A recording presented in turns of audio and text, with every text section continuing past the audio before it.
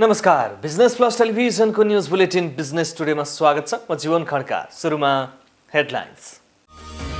कृषिमा वैदेशिक लगानी भित्र्याउन सरकारले अध्यादेशको सहारा लिन खोजेको भन्दै सांसद तथा सरकारवालाको आपत्ति।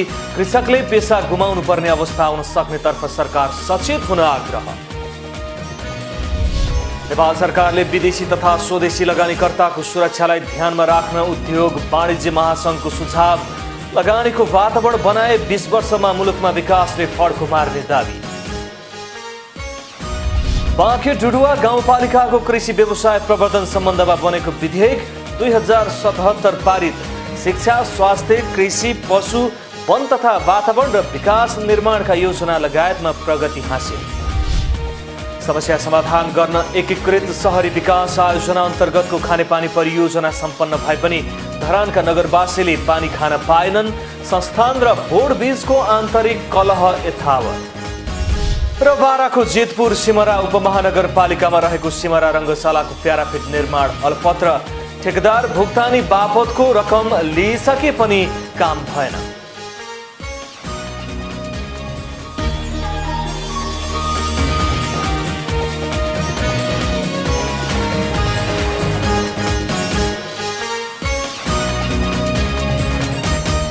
बिजनेस टुडेको सुरुमा कृषिमा वैदेशिक लगानी बारेमा सरकारवालाको आपत्ति सम्बन्धी समाचार। कृषिमा बाह्य लगानी सरकारले अध्यादेश मार्फत कृषिमा विदेशी लगानी भित्र्याउन लागेको भन्दै संसद र सरकारवालाले आपत्ति जनाएका छन्।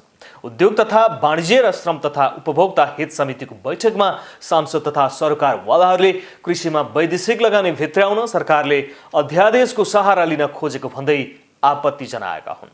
कृषिमा वैदेशिक लगानी ल्याउन हुन्न भनेर धेरै जोडबल गर्ने भन्ने एउटा सदस्य म पनि हुँ र त्यसको कारण सहित हामीले छलफलमा उद्योग मन्त्री, अर्थमन्त्री र मेरो सानो छलफल चाहिँ प्रधानमन्त्रीसँग पनि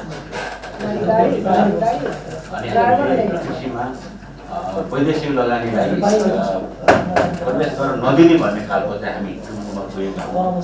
ठुलो प्रकारको चाहिँ कृषि गर्ने, औद्योगिक कृषि गर्ने चाहिँ हाम्रो जमिनको सरकारी प्रणाली नै छैन, मेकानिजम छैन।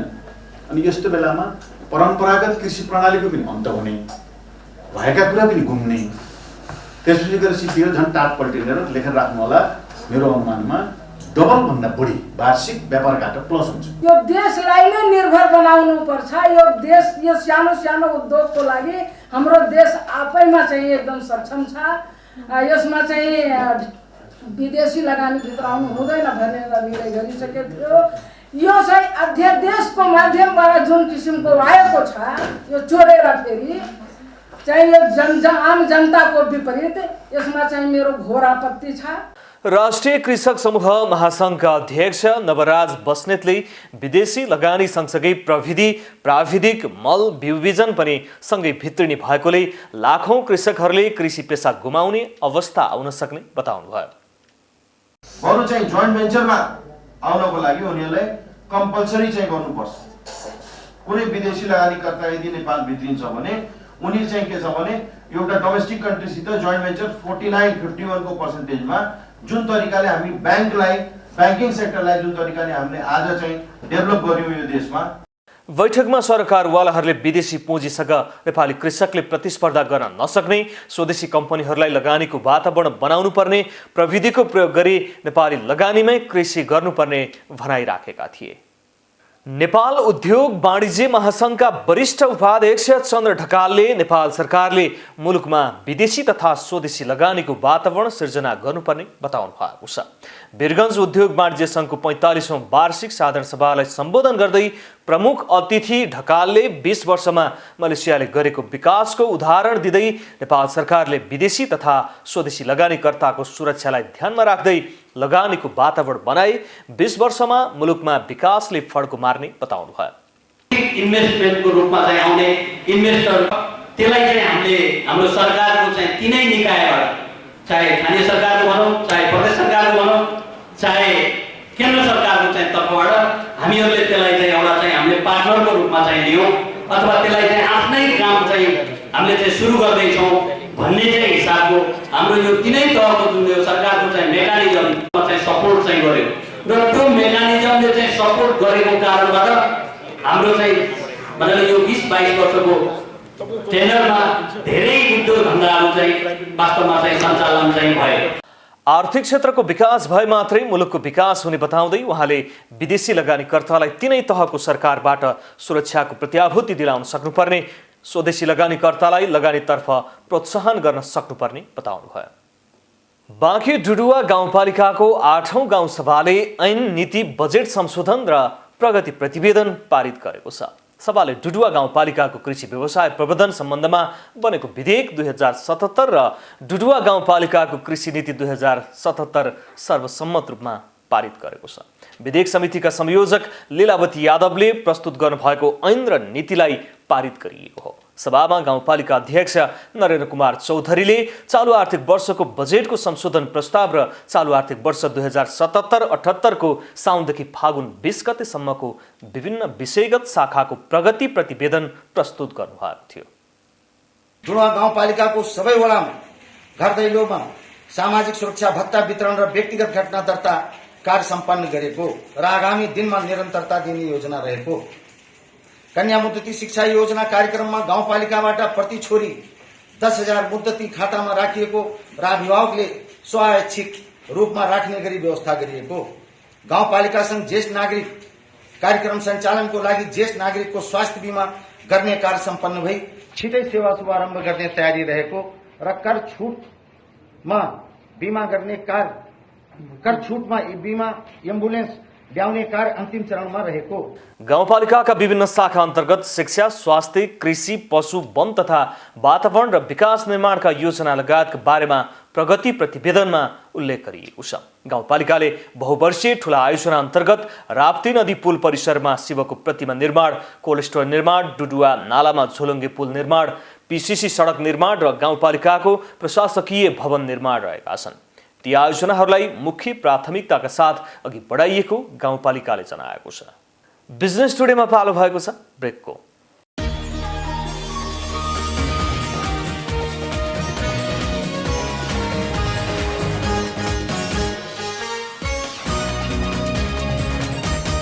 बिजनेस टुडेमा पुनः स्वागत छ। अब बाँकी समाचार। संसदीय समितिले निशुल्क आधारभूत स्वास्थ्य सेवा र गुणस्तरीय स्वास्थ्य सेवा पाउने नागरिकको हकलाई सुनिश्चित गर्न सरकारी स्वास्थ्य संस्थाहरूको स्तरोन्नति गरी विश्वसनीय बनाउन सरकारलाई निर्देशन दिएको छ।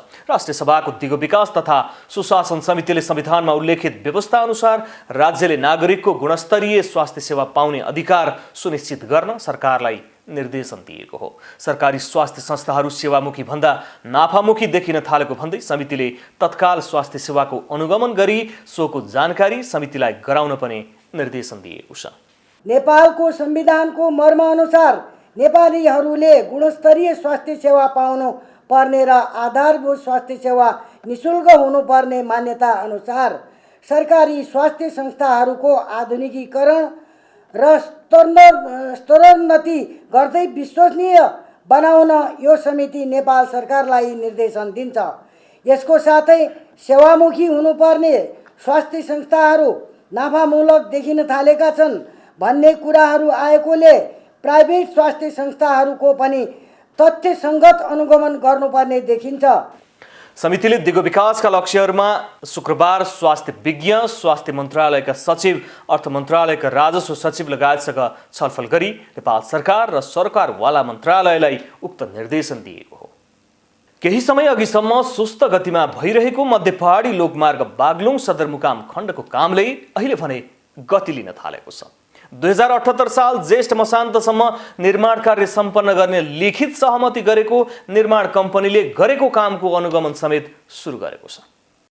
मध्य पहाडी लोकमार्ग बागलुङ सडक खण्डको कामले गति लिन नसकेका कारण चर्को आलोचना हुन थालेपछि मध्य पहाडी लोकमार्ग डिभिजन कार्यालयका इन्जिनियर, पत्रकार, सरकारवाला लगायतका व्यक्तिहरूले सडकमा अहिले भइरहेको काम गतिविधि अवलोकन गरेको छ।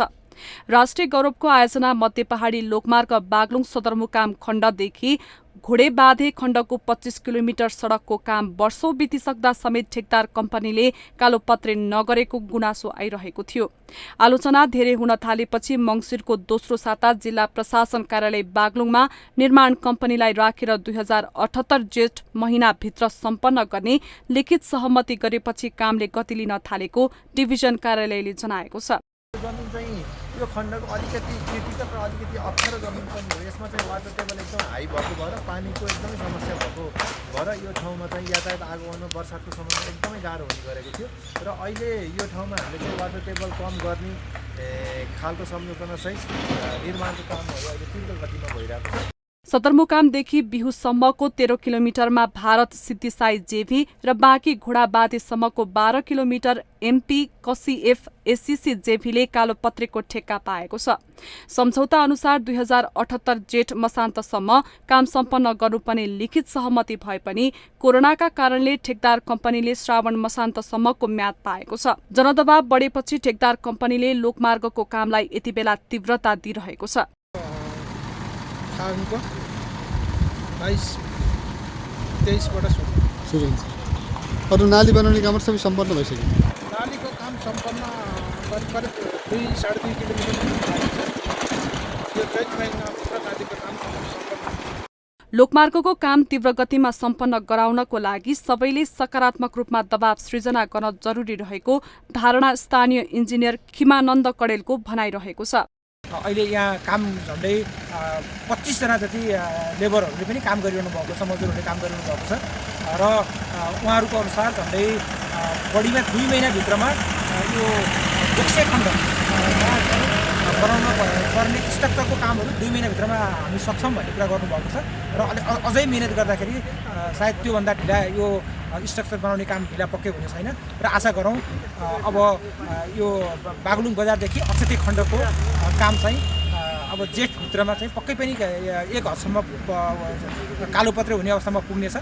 यति बेला राष्ट्रिय गौरवको आयोजनाको बागलुङ सदरमुकाम सडक खण्ड र घोडाबाँधे खण्डमा सडक कालोपत्रे गर्न फागुनको तेस्रो सातादेखि सुरु गराउन मध्य पहाडी लोकमार्ग सडक आयोजनाको कार्यालय लागि परेको छ। यति बेला सबैको ध्यान मध्य पहाडी लोकमार्ग बागलुङ सडक खण्डमै केन्द्रीकृत हुन थालेपछि ठेकदार कम्पनीले गरेको कामको अवलोकनका लागि इन्जिनियर लगायतका टोली यही सडक खण्डमा डेरा जमाएर बसिरहेका छन्। डिभिजन कार्यालयले गरिरहेको निरन्तर अवलोकनको दबावमा अब भने निर्माण कम्पनीले तोकिएको समयमा नै काम सम्पन्न गर्नेमा स्थानीय आशावादी देखिएका छन्। धरानमा खानेपानीको समस्या झनै चुलिँदै गएको छ। नेपाल खानेपानी संस्थान धरान खानेपानी बोर्डको गैर जिम्मेवारीका कारण खानेपानीको समस्या झनै चुलिँदै गएको हो। स्थानीय जनप्रतिनिधि आएपछि खानेपानी समस्या समाधान हुने विश्वास लिएका धरानवासी अहिले निराश भएका छन्। हिउँद लागेपछि धरानमा खानेपानीको चरम अभाव हुने गरेको छ। पानीको जोहको लागि धरानवासी दिनरात जुट्न बाध्य छन्। एक गाग्री पानी भर्नु ठूलै लडाई जिते सरह हुन्छ धरानवासीका लागि। चुनावको बेला नेताहरूले बोर्डको खानेपानी समस्याको अन्त्य हुने फुस्रो आश्वासन पूरा नभएको नगरवासीको गुनासो छ। पानी आउँदैन, सानो सानो नानी छ, बाटोमा कुद्छ, नानीलाई हेर्नु कि पानी थाप्नु, पानी छैन, कस्तो गाह्रो हुँदैछ। लुगा धुनुको लागि, भात पकाउनुको लागि, टोयलेट जानुको लागि पानी नै हुँदैन। यहाँ हामीलाई भोट गराउनु उहाँहरूलाई जिताउनुको लागि हरेक अब पानीको धारा घर घरमा ल्याउने हरेक भनिरहनुहुन्छ, तर भने अब भोट लगाएर जितेपछि खै पानी। दीर्घकालीन रूपमा खानेपानीको समस्या समाधान गर्न एकीकृत शहरी विकास योजना अन्तर्गतको खानेपानी परियोजना सम्पन्न भएर धरान खानेपानी बोर्डको स्थापना भइसक्दा समेत नगरवासी पानीका लागि छटपटाइरहेका छन्। संस्थान र बोर्डबीचको आन्तरिक कलहका कारण धरानमा खानेपानी समस्या चुलिएको छ। यी दुवै एकअर्कालाई दोषारोपण गरिरहेका छन्। खानेपानी संस्थानका धरान शाखा प्रमुख रामकुमार श्रेष्ठले एक विज्ञप्ति जारी गर्दै बोर्डले जानकारी नदिई इन्टरकनेक्सन गरेकोले खानेपानी व्यवस्थित हुन नसक्ने दावी गरेको छ। बोर्डले भने महसुल लिइरहेको संस्थाले नै खानेपानीको आपूर्ति गर्ने दायित्व लिनुपर्ने भन्दै पन्छिने गरेको छ। खानेपानी समस्या विषयका कारण धरानको 8औं नगरसभा समेत प्रभावित बनेको छ। खानेपानी समस्याको समाधानमा जनप्रतिनिधिहरू नै आन्दोलित बनेपछि नगरसभा प्रभावित बनेको हो। संस्थान र बोर्डबीचको समस्या चाँडै समाधान खोजेर धरानमा वर्षौंदेखिको पानीको अभावलाई सधैँको लागि अन्त्य गर्न जरुरी छ। सुनसरीबाट बसन्त बान्तवाको साथमा जिल्ला ब्युरोको रिपोर्ट। बिजनेस टुडेमा पालो भएको छ ब्रेकको।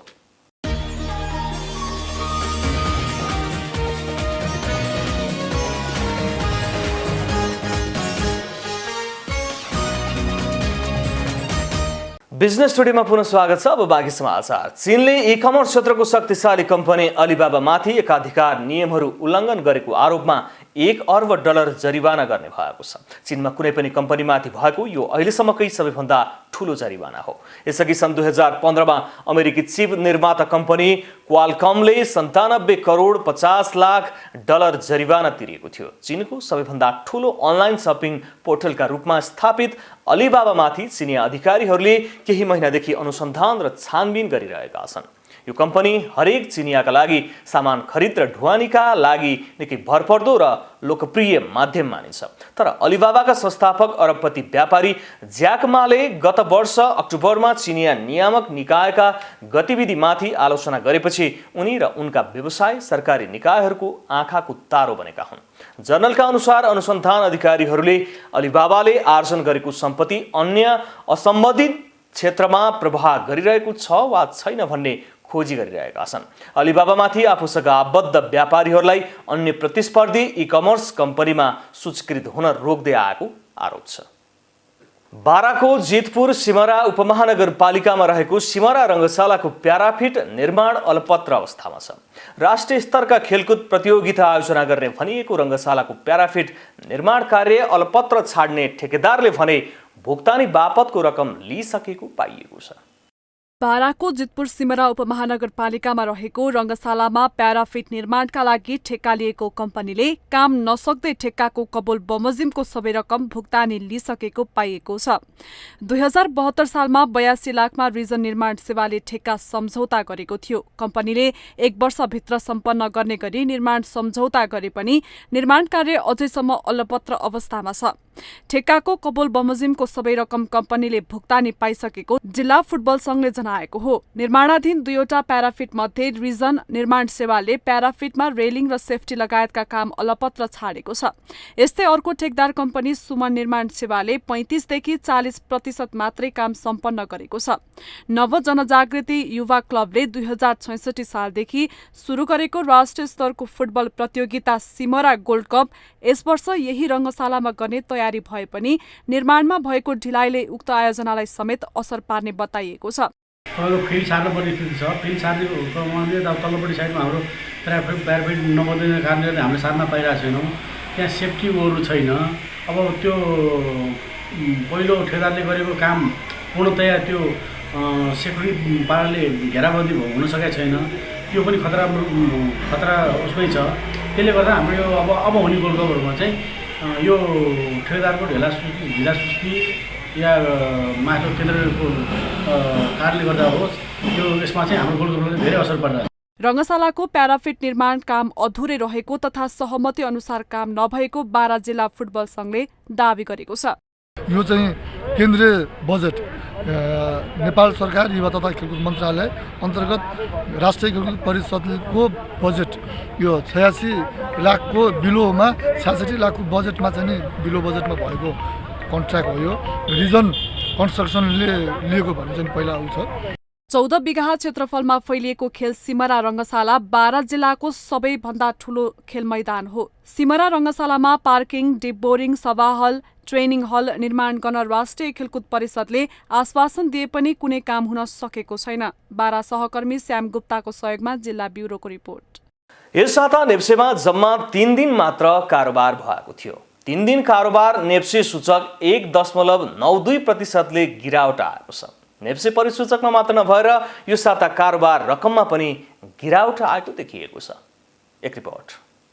यस साता नेप्से परिसूचक करिब 2% घटेको छ। यो साता नारी दिवस र महाशिवरात्रि परेकाले 3 दिन मात्र बजार खुलेको थियो। 3 दिन खुलेको बजार 3 दिन ओह्रालो लागेको नेप्से यस साता समग्रमा 1.92% घटेको हो। गत साताको अन्तिम कारोबार दिन 2506.68 बिन्दुमा रहेको नेप्से यस साता 48.20 अङ्क घटेर 2458.84 बिन्दुमा झरेको हो।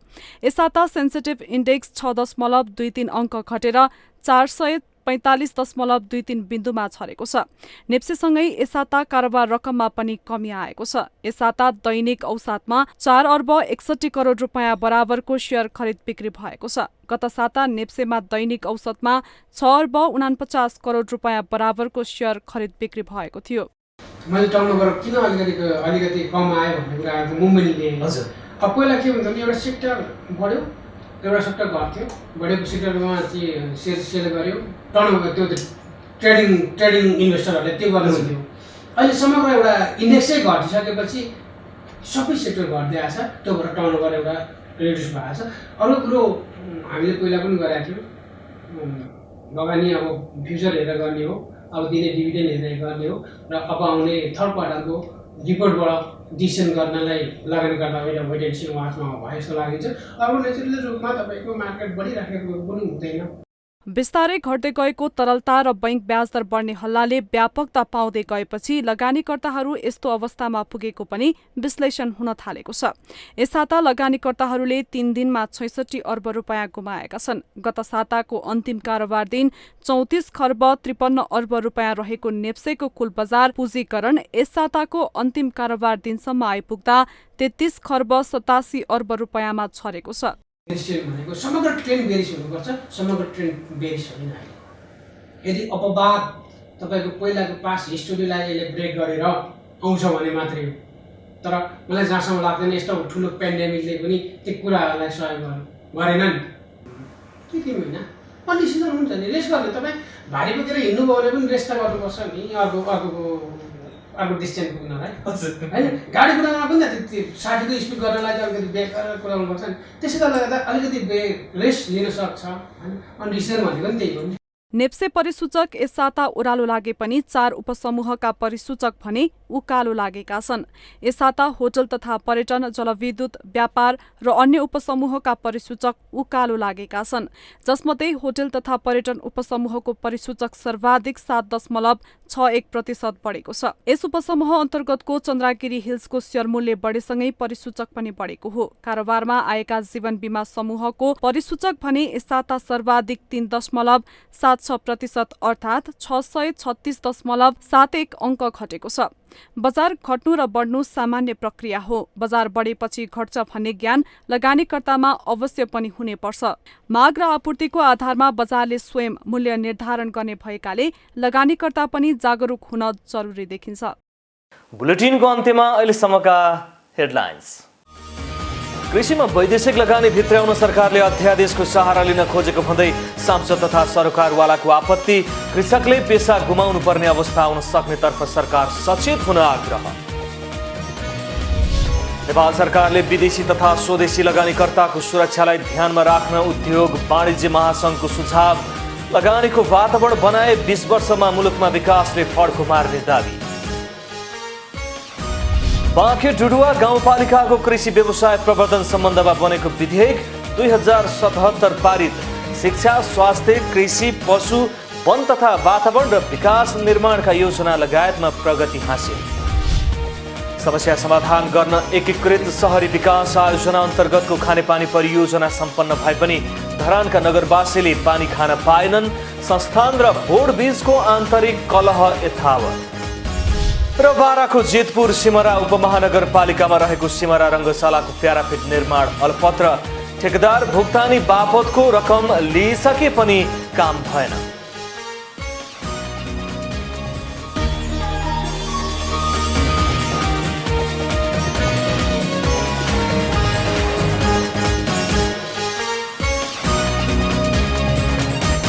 बिजनेस टुडे अहिलेलाई यति नै। हेर्दै रहनुहोला business plus television. Business plus, business first. नमस्ते।